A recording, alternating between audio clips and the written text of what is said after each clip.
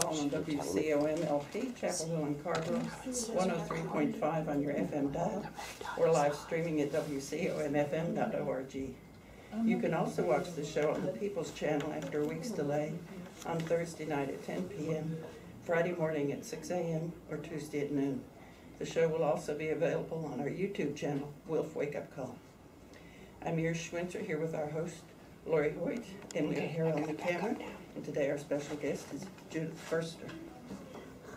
Hello, we're having a second start here, getting ourselves arranged. We're very happy to be here. This is some very tough times, and I just, before we talk to our guest about a different subject, although there is certainly a connection, I just want to mention that we're in very scary times with the threat of war with Iran, and there have been people are gearing up to resist what's happening and to protest. There was a protest in Durham on Saturday. There was one in Raleigh on Sunday, and we, the Women's International League for Peace and Freedom, had one today in downtown Chapel Hill at Peace and Justice Plaza.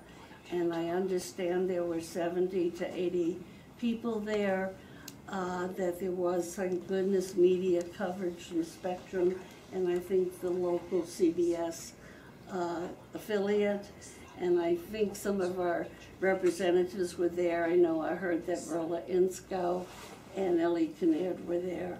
So I just want to give a shout out to people who are getting there and trying to show the government that we, the people, do not want war for any reason. And I think also many of us are recognizing the similarity to the build-up for the war with Iraq, with the demonizing of going to be what they want us to see as our enemy.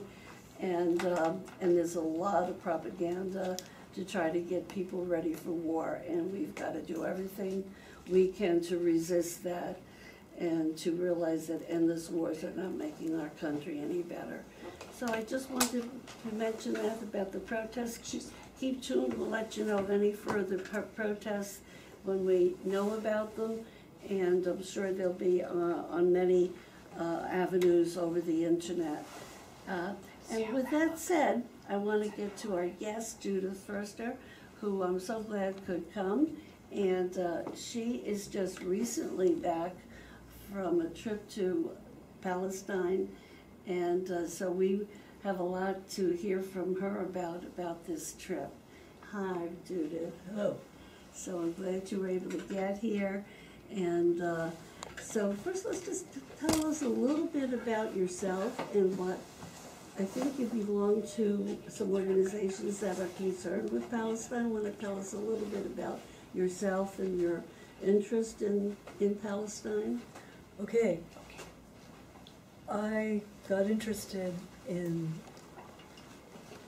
what we then called the conflict between Israel and Palestine in 1982, when Israel was occupying Lebanon. And a friend of mine said to me, someday Israel will realize that Arafat is the moderate. And that turned out to be true, and they made an agreement. But at the time, that seemed like a very radical idea to me. But I got interested, tried to educate myself, and when I got to North Carolina in '85, there were three groups that were interested in this issue and bringing guest speakers and talking about the issues, including the Coalition for Peace with Justice, and also there was a small group called Jews for a Just Peace, North Carolina, which we met and talked and read. And there was not at the time a chapter of Jewish Voice for Peace, there is now. So that's 3 local organizations. There's also one called Abrahamic Initiative on the Middle East. Oh, Miriam, we're so glad you mentioned that. It's an important organization for me. I've learned a great deal, and in combination with Jewish Voice for Peace, which is a chapter of the National, there's a lot of activity, a lot of thinking about Israel and Palestine. Yes, it certainly is, and it's. I remember back with the coalition for what was the Peace with Justice. Peace with Justice. I think Mary Lou. That's right, Laser Smith. Yeah, Exactly. and that was an organization that had the first impact for me to learn a lot, and that was like you. A lot of this was very new ideas, and it took me a while to kind of surprising ideas and changing my perspective.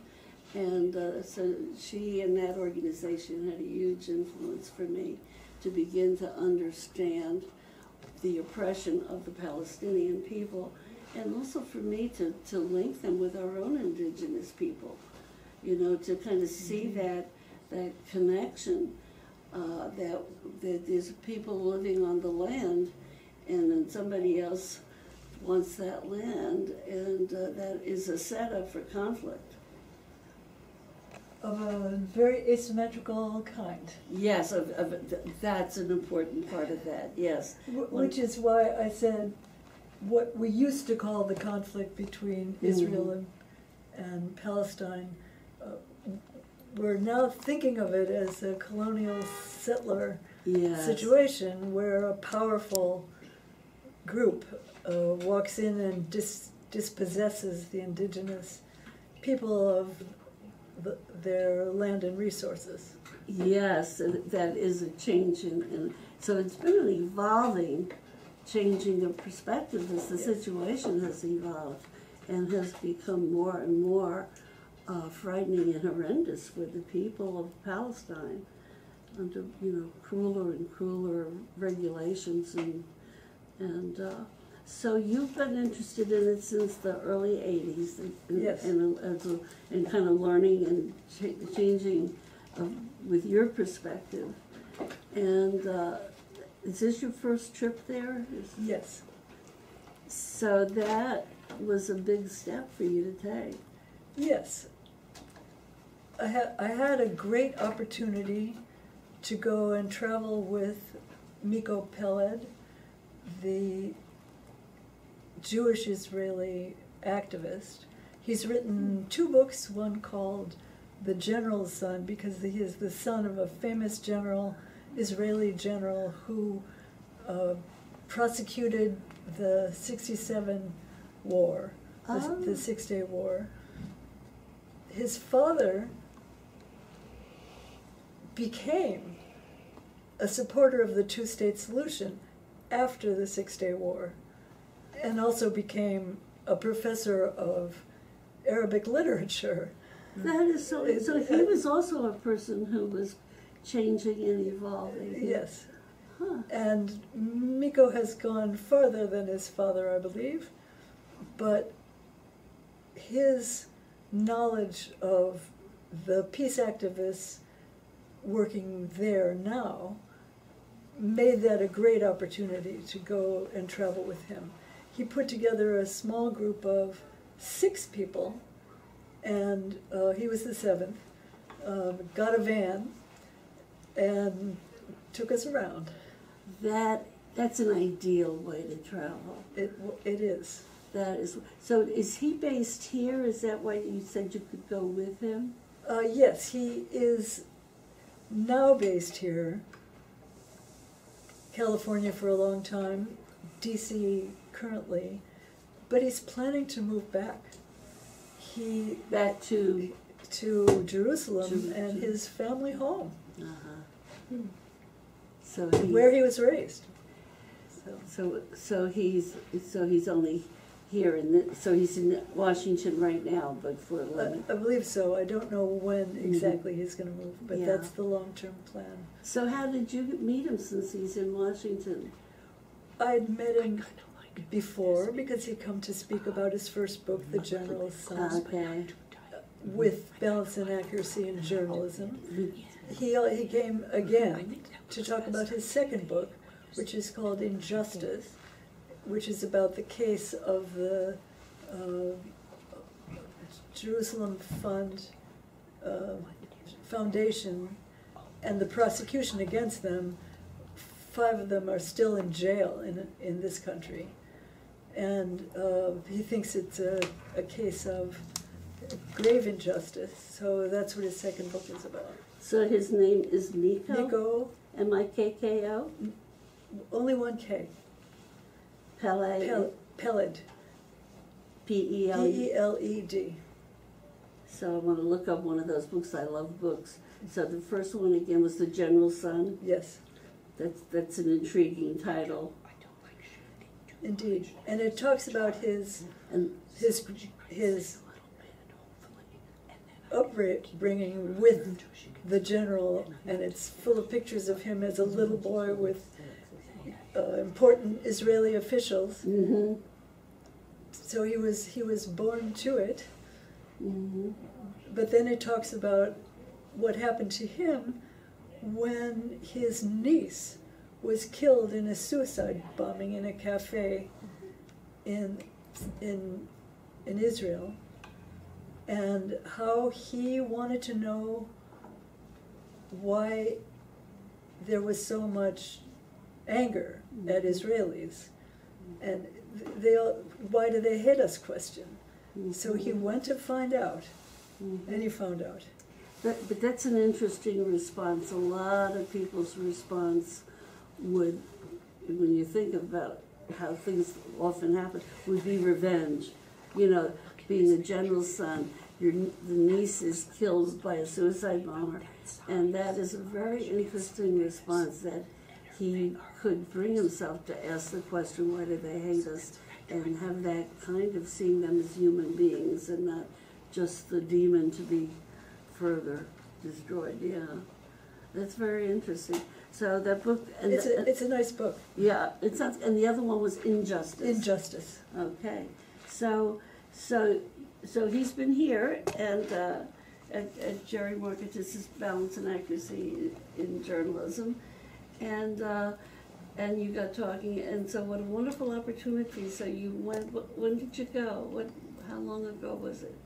As it happened, there was a bar mitzvah in Boston, and I left here on November 1st.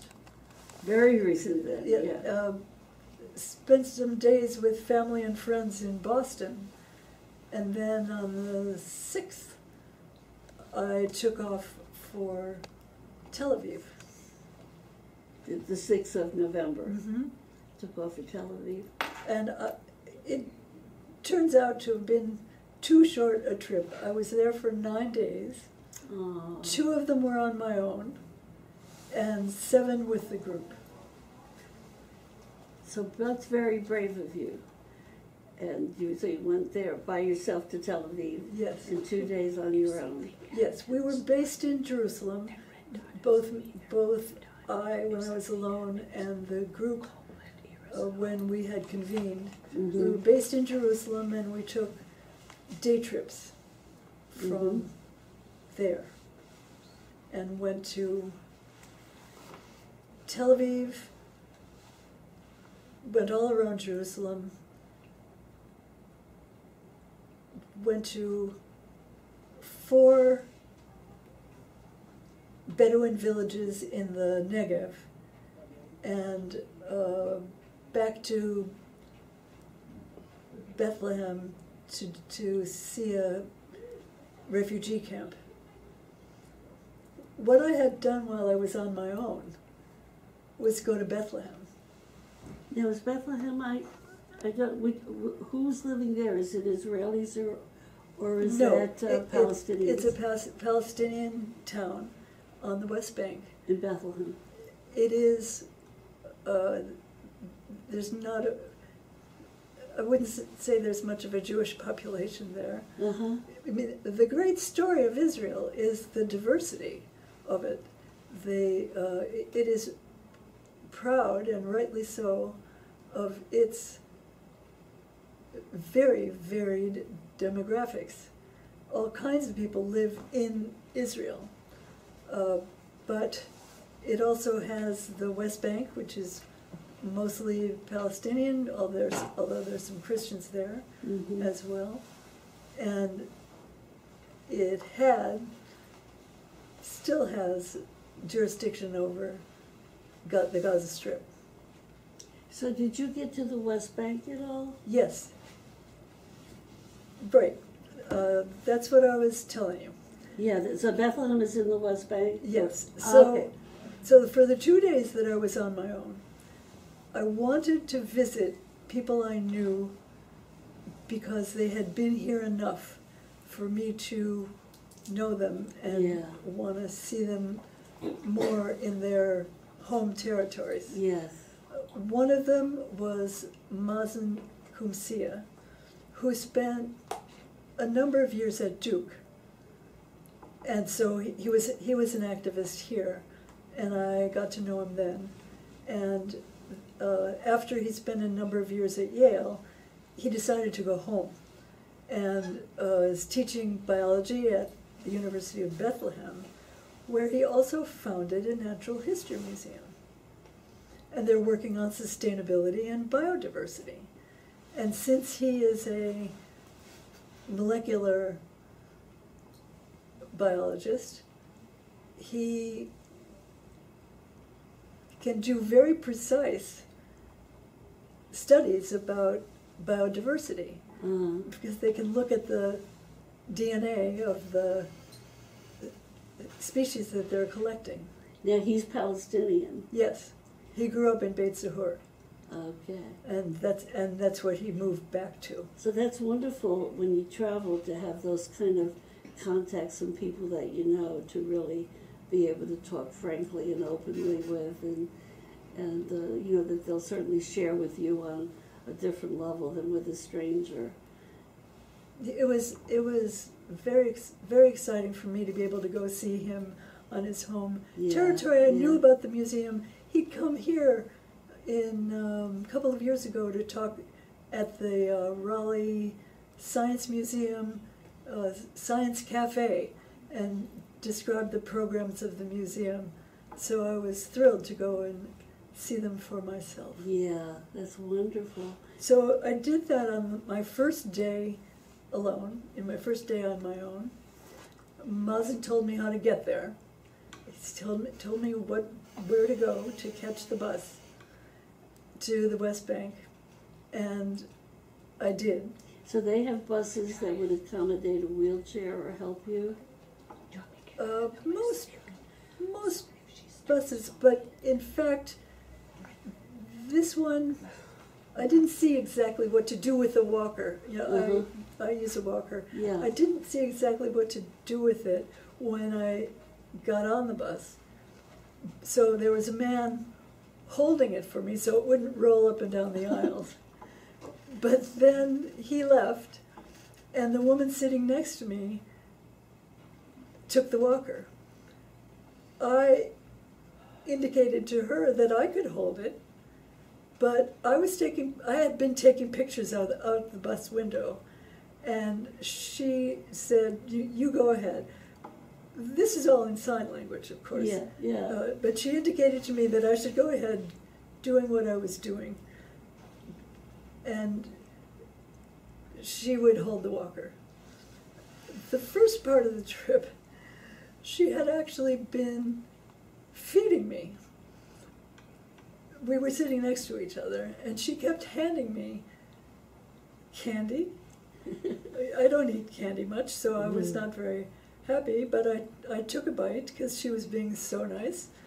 And she moved on from there to an orange, or tangerine that she peeled and gave me half of. And finally, she took out a cucumber. Oh, gosh. And broke it in half and gave me a half and ate a half herself. So I really, we did mention at the beginning of the show that you have some health issues and handicaps, and that's particularly brave, being not a really young person, a little older, and having some health issues like that to undertake a trip like that. And it sounds like you just sort of trust that it's going to work out. And in terms of getting on the bus, or am I going to be able to manage?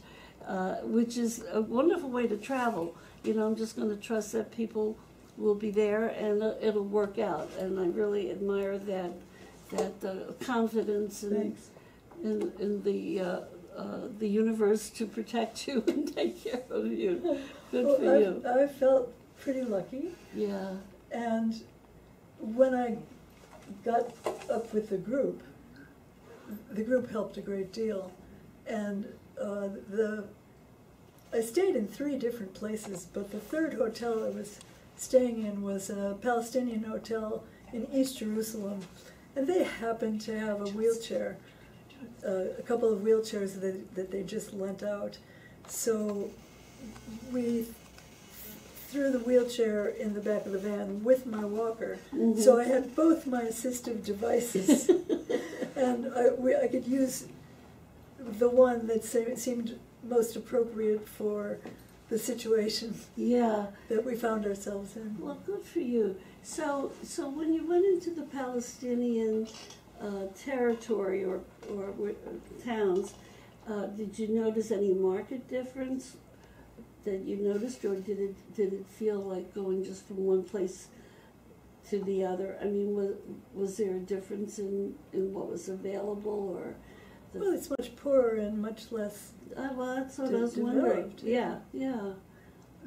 Some people will know that, but some people won't. Yeah. It was really a trip to get me into the museum. There was one part that was up a long hill that I couldn't actually get to, but somebody took pictures for me and brought them and sent them to me. There was a long flight of concrete stairs down to where the offices and labs for the museum are, and I went down them backwards with Mazen on one side and his wife Jessie Chang on the other side, and we made it. We managed. Mm-hmm. But again, I needed help. Yeah, and the help was there. Yes, when you needed it, which is showing a lot of trust. Yes. Yeah. So that was the first day. That was an important visit. And when you were on your own the second day, what did you do? I'm not finished with the first day. Okay, no. Let's go back to the first day. Because I had a chance to look at the museum, the specimens that they were collecting, the things that they were working on. One of the pictures I took was of their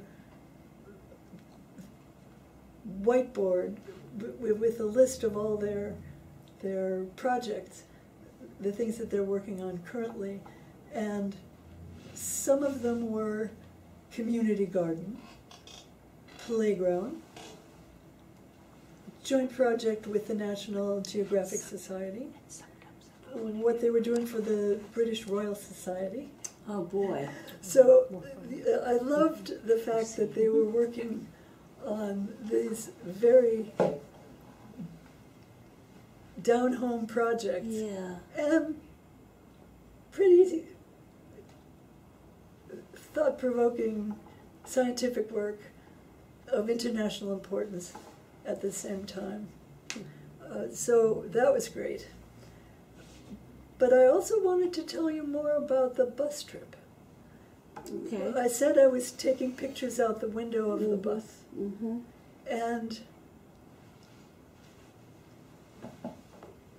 we were speeding along, and I was snapping with my cell phone, which is how people do it these days, many people. And I managed to have a picture of the separation wall, the barrier between Israel and Palestinian villages.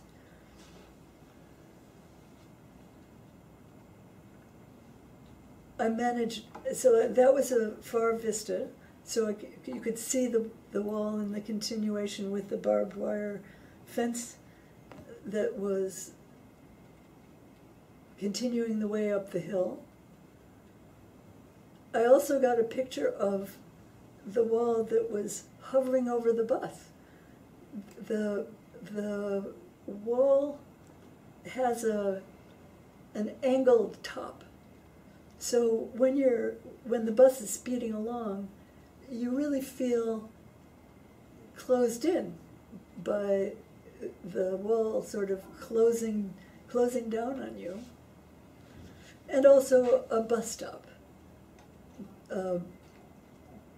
Rather nice, well taken care of, Hebrew letters only, and a chicken wire fence with a barbed wire top.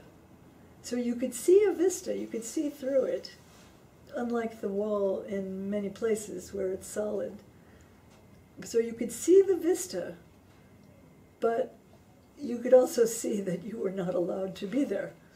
So you could see the chicken wire, you could see the barbed wire on top of the chicken wire. Wow. So I was seeing what Jeff Helper calls the matrix of control firsthand. And of course I knew about these things. Just mention for our listeners who Jeff Helper is. I'm getting to him. Yeah. Because he was the second day. Okay. The two people I wanted to see while I had time to myself were Mazen and Jeff Helper. Because Jeff Helper is an activist, a Jewish Israeli, originally American, but he moved to Israel and does not intend to return. He was a co-founder of a group called the Israeli Committee Against House Demolitions. And he's been here a great deal. That's where I met him, was at Mary Lou's big conference. Oh. It was the year after Rachel Corrie was killed. Yes. On trying to protect Palestinian house from the bulldozers. Yes. And the bulldozer guy ran over her. And Mary Lou had a major conference the following year. And she brought people from Palestinians and Israelis over to the conference. And Jeff Helper that's where I met him, yeah. And he's been several times, so yeah. I felt as though I knew him enough. Yeah. And wanted to see him on the ground. Okay, we're going to take a station break, and then we'll be back. This is Wolf's Wake Up Call on WCOMLP, Chapel Hill and Carver, 103.5 FM. You can stream us live at WCOMFM.org. Thanks, Harris. Does anybody have any announcements? I don't know of any either right now, except that the Women's International League will be having its monthly meeting on Saturday that's open to the public. It's at 10 to 12 at the Friends Meeting House on Raleigh Road, and people are always welcome, so just want to mention that. There's a lot of things that are going to be going on, and just pay attention to the internet and any newspapers and plan to go to some of them. And back to our guest, Judith Ferster, who is back from Palestine, Israel, and telling us about her trip, which was just in November, very recent. So this is the most recent report we're getting for ourselves. So Jeff Helper was the second day. The second day. And the news he told me, it was news to me, is that the rather old idea of a one-state solution, rather than a two-state solution, had been revived. That there was a new organization called One Democratic State that was now on the ground and organizing. And he gave And me, that's a biggie for them to finally be talking about that. well, I heard about it I long did ago. too, yeah. I knew someone who was interested in working for it. Someone that I met in the opposition to the build-up for the Gulf War. And he, a Palestinian, cited that idea. Yeah. I thought it was... That's where I first heard it too. And I think for a lot of people who don't know the situation there, that the Israel government has taken over so much of the land that was supposed to be Palestinian. And I think many people, you may not quite understand the picture, but when you hear about these settlements, the settlements are on Palestinian land. And right now they've made almost like a spider's web. So the whole land is broken up with Jewish settlements, of which the Palestinians are not allowed to be there or around it. So that's where, when you hear about the checkpoints, there's so many checkpoints just to go anywhere in Palestinian land.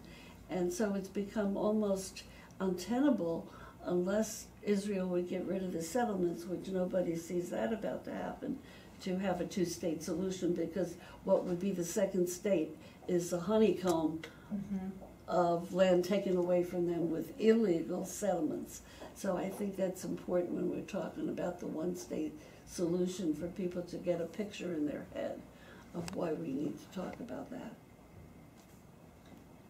So Jeff told me about the new organization, the One Democratic State Campaign, and told me that there had been 90 Israeli and Palestinian founders together of this organization, and that Mazen Kumsia was one of the founders, which I hadn't talked about with him when I'd seen him the day before, but it was nice to know that he's involved in that. Yeah. And then when I got together with Miko Peled's group, we met two other founders.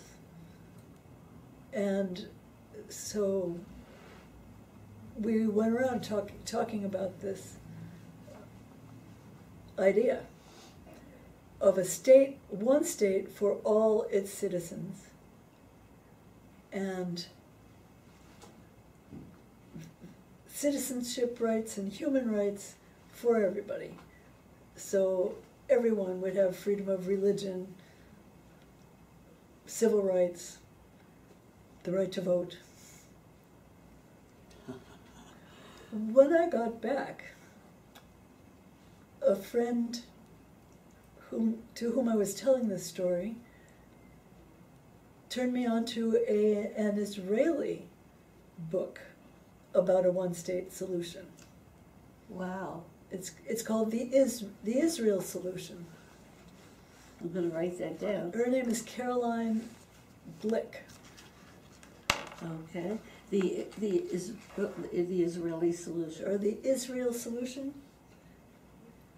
The Israel solution. And it's And Caroline Blick. Blick, G-L-I-C-K.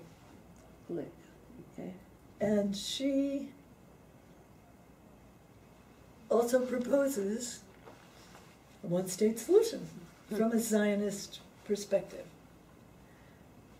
What she means by it is that Israel marches in and takes over the Palestine Authority, which was set up by the Oslo Accords, and just abolishes the Palestine Authority and takes over. But does it without incorporating Gaza. Her claim is that when Israel pulled out in 2005, they gave up all interest. Of course, they are prosecuting the blockade, so they haven't successfully washed their hands of Gaza. But one of the ways that she makes it palatable for Zionists is that Israel is not going to get swallowed. There's been a Zionist argument about the demographic bomb, that Jews will be swallowed and won't be a majority state. And because there's more Palestinians than Israelis. Because the Palestinian birth rate is higher. Except for the Orthodox Jews. Well, but that's not enough. That's one of the keys. It is enough, if you don't count Gaza, because the birth rate in Palestine, in the West Bank, has decreased. It hasn't in Gaza, but it has in the West Bank. And the Jewish birth rate has increased because of the Orthodox wanting a lot of children. Yeah. Well, can I ask you one thing? Sure. In her book, so she's trying to handle that there would, for voting, that there would be more Palestinian than Israelis. But did she say that everybody would have human rights and voting rights? No. Would be citizens. Her view is that Palestinians would immediately get permanent resident status. And that would give them medical care and other services. So it's not bad, because Israeli medical care is pretty good. But they would have the right to apply for citizenship. In their own land. Yes, but the state to which they would apply for citizenship in 2018 passed the nation-state law. So there used to be 2 official languages of Israel. Arabic was demoted in 2018. I didn't know that. The law declares that only Jews have the right to national self-determination in the territory. And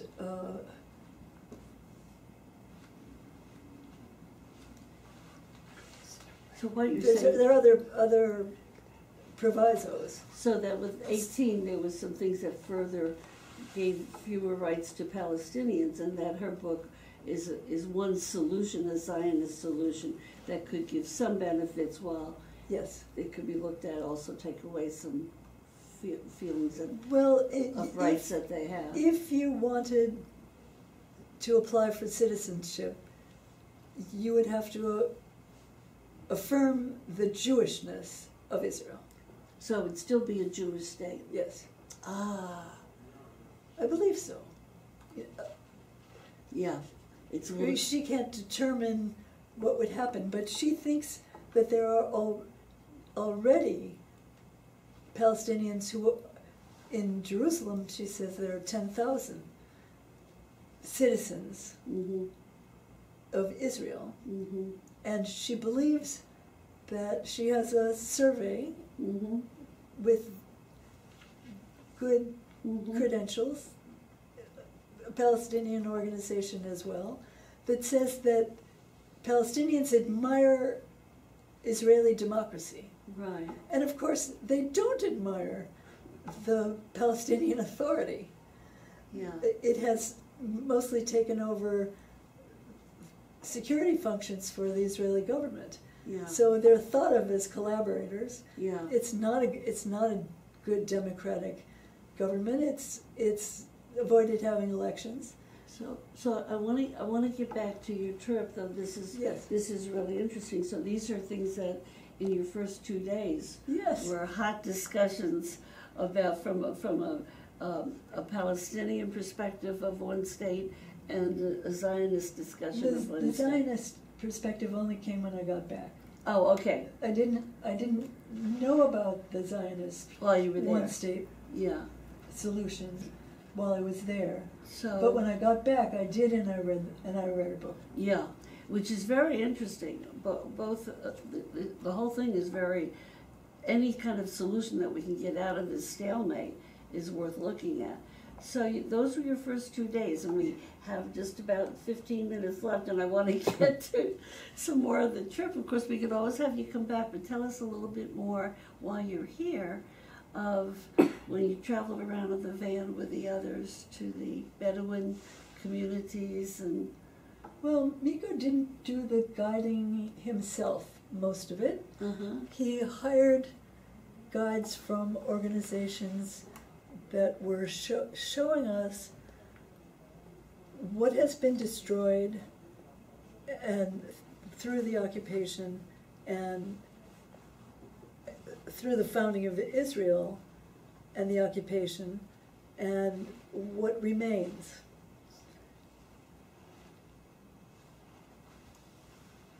One organization is called Grassroots Al-Quds, and they showed us around Jerusalem. Another organization is an Israeli organization called Zokrat, which gives tours, and they took us around Tel Aviv. Because Tel Aviv, known as a lively, fun city, is often called Tel Aviv Yaffa, because there's a little bit left of the old city on which Tel Aviv was built. And we looked at some of the old city that's left, and also the new city, and a wonderful park on the beach. that is for Israelis only. Yes, but also, and it was financed by a British philanthropist. There's a marker dedicating it to him. But if you see the pictures of old Jaffa, on which that park is built, you know, it's a kind of graveyard. You know, the clear land is built on top of layers of destroyed Palestinian towns. Yeah. Villages. I mean, that's true all over Israel. When I was a child, I was invited to put coins into a metal blue and white box, and we were buying trees for Israel. And as we drove to our various sites, we could see the trees. They're pines. They're not indigenous. And which I didn't know about then. When you were a child. Didn't care about then. Yeah. But I've learned to tell the difference now. So you can see a lot of stands of pines. What those trees were, those groves were for, was to bury destroyed Palestinian villages, because hundreds of Palestinian villages were destroyed between 1948 and 1967. So we could see the fruits of our blue boxes. Oh. On the other hand, there is a Palestinian demographer who says if you want to give Palestinians the right of return, there's room. You just tear down some of those non-indigenous pine trees, and rebuild villages. He says it would only take 1.5 million housing units for all the exiled refugees and their offspring. Wow. So it's still. So that was another book I read when I got home. Yeah. I heard his name on the trip, and when I got home, I bought the book. And what book was that? It's only such a hopeful book. You know, hey, it's not too late. There are still things that could be done. Yes. If we could get it together with some love and goodwill between people, we could. What was his name? Do you remember? Yes. So, That is to say, I have it written down. well, that's okay. I can get it after the show. But I want people to be able to find it if they want it. Yeah. So while you're looking, The book that I got, he's a demographer who founded the Palestinian Demographic Society, but the easily accessible and pretty recent book of his is called Mapping My Return. wow, that's beautiful. Yes. Mapping My Return. Okay. And his name, if it's right handy. While you're looking for that, I just want to mention somebody else when Mary Lou had that conference some years ago with Jeff Halper came to another Palestinians. There was a Christian Palestinian, Naeem Atik. Yes. And he made a tremendous impression on me. He was pretty old then, and he's now retired recently and living with a relative in this country. And our friend Jerry Marketis, again, helped bring him here. And there was a 2-day conference about the current situation for Palestinians, and particularly Palestinian Christians. And I have this book, A Palestinian Theology of Liberation. And that's something we've heard about with Christians in South America, liberation theology. And this was liberation theology for Palestinians who, just like in Guatemala and some of these South American countries that have had tremendous bloodshed and oppression, that the liberation theology really took hold, and this is a Palestinian theology of liberation. So I'll just get that in. Did you find his name? Yes. Salman Abu Sita. Salman Salman. Abu Abu Mm-hmm. Sita, Sitta. Okay, so we got the names of some good books, so we can further our own, and we recommend that to our listeners. You know, this is such a complicated part of the world. The world, all of it's getting more and more complicated, but that has been complicated for a long, long time, Israel, Palestine.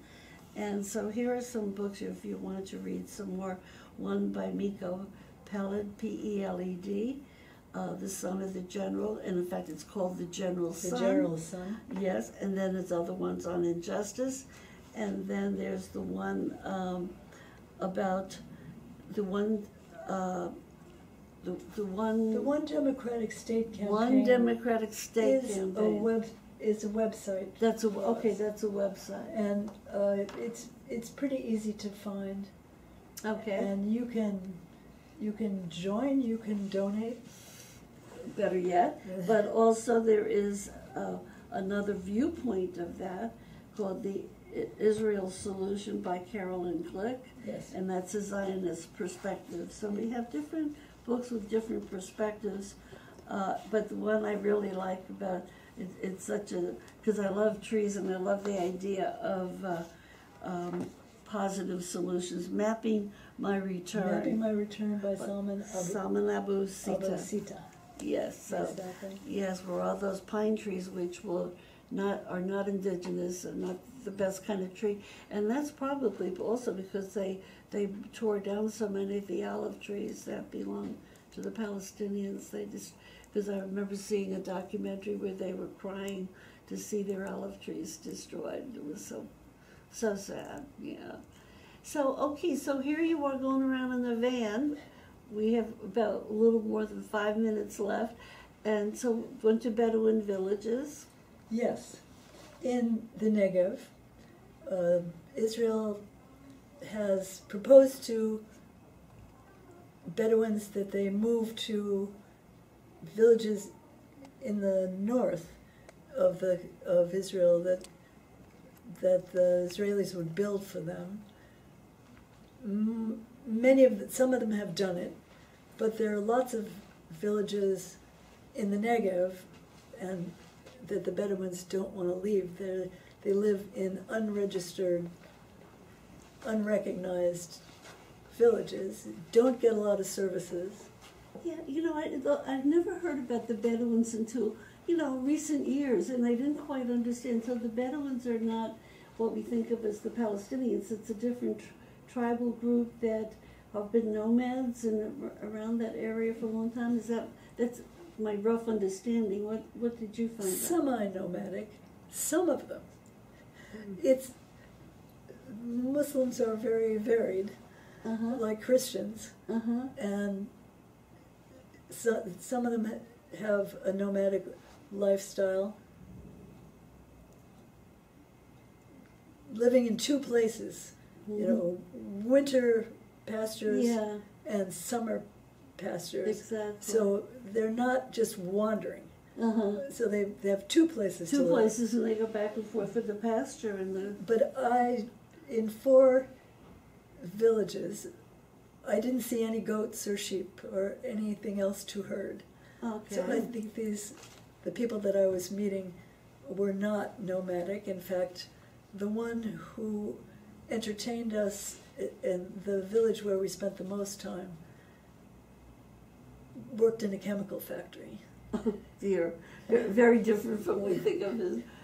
He wasn't herding sheep. So are the Bedouins, help me understand, are they kind of a separate issue with Israel? Yes, because a lot of them now, the ones who didn't accept the offers to move north, they live in the Negev, and the Negev is 60% of Israeli territory. And it is desert, but not Lawrence of Arabia sand dune type of desert. It is what is called a fertile desert, and you just add water and you can grow things in a lot of places. So I think Israel wants the Negev, and they would like the Bedouins to leave. So the Israelis have 60%, but 40% the Bedouins are on. No, I'm saying 60% of Israel's territory is the Negev. Okay. Is the fertile desert of the Negev. Yeah. And so they'd rather not have Bedouin villages, yeah. I think. So. But the man who entertained us for the longest period of the 4 villages, his house had been destroyed, because that's what Israel does. It destroys houses, it destroys buildings. That's what Jeff Halper has worked against all these years. Yeah. Israeli Committee Against House Demolitions is all about. They keep running track. Yeah. And this man's house had been destroyed. The paradox is, he is an Israeli citizen because he lives in the Negev. His work in the chemical factory led to infertility for him. So he wanted to have children, and the very good Israeli medical system helped him with in vitro fertilization. Okay, I just want to realize we just have, well, really don't, but we can take 2 minutes. Obviously we're going to have you back because we just barely covered some things, but I just want to ask you, did going there reinforce any things that you had believed before you went, or did it change anything that you thought of before you went? Was there any, or was it just to see firsthand what you'd heard about from people coming here all these years? to see firsthand, Mm-hmm. and also to find out about one democratic state. To find out more about that, yes. Well, I didn't know about it until I So went. that was something that changed from going there, that you had not heard that much about, and No. to see there was a If- movement for it. No, the next visiting speaker maybe would have brought us that news. If Jeff Halper had come back, he would have brought us that news. Yeah. But I didn't know it until I saw him, until I went and saw him. So that was very exciting for me. Yes, it is. And also to see it for yourself makes it a little more heartbreaking. More heartbreaking, okay. More real, and therefore more To see the heartbreaking. barbed wire. Yeah. Judith, thank you so much for coming. We've been talking to Judith Ferster, who went to Israel, Palestine in November, and that's an interesting thing you've brought up. We'll have to have either you or somebody else on board to talk about that one-state solution. I've heard it talked about, but just not very, not taken, it was just thrown out there, not any big discussion of it. So that's very hopeful and very interesting. Okay, we'll be here next week. We're here every Wednesday. Thank you.